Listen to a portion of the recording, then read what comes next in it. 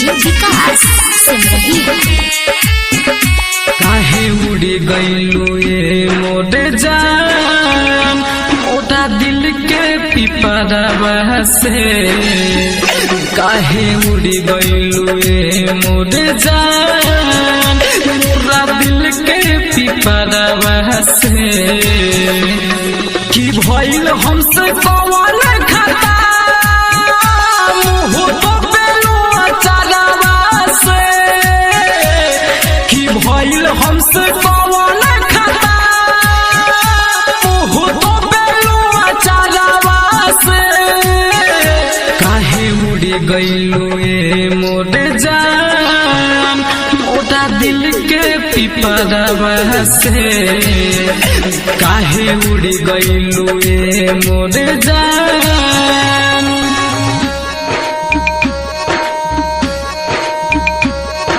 Music by Munna राज।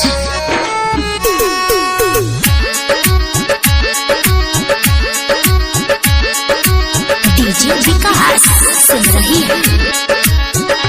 कोई कहवन कसूर जे तू हो गईलू दूर, कोई दिहलू तू दिलवा के मोरा चकनाचूर। कोई कहवन कसूर जे तू हो गईलू दूर, कोई दिहलू तू दिलवा के मोरा चकनाचूर। बाडू ऐसन दर्द दिहले, नाता जोड़नी जहरावा से। बाडू ऐसन दर्द दिहले, नाता जोड़नी जहरावा से।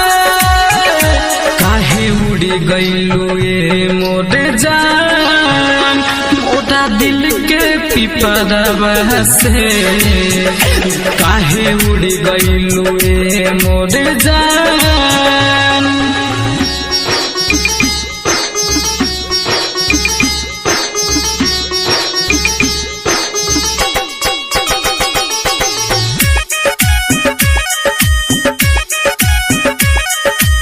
डीजे विकास सुन रही है।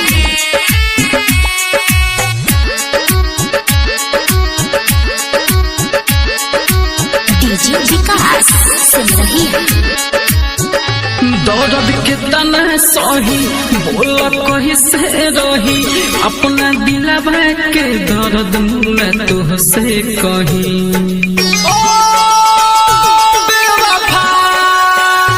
दर्द के तना सही बोल कही से रही, अपना दिलवा के दर्द चंद्र मोहन से कही। जयराम जखमी के पाइले हलो, गईलू चंदन के नियारावा से। राजा रमेश के पाइले हलो, गईलू चंदन के नियारावा से। काहे उड़ी गईलू ये मोरे जान, मोटा दिल के पिपरावा से। काहे उड़ी गईलू ये मोरे जान। की भइल हमसे कौन खाता, मुँह तो पेलू अचारवा से। की भइल हमसे कौन खाता, मुँह तो पेलू अचारवा से। काहे उड़ी गईलू ये मोरे जान, मोटा दिल के पिपरावा से। काहे उड़ी गईलू ये मोरे जान। राज स्टूडियो स्टेशन रोड सुगौली।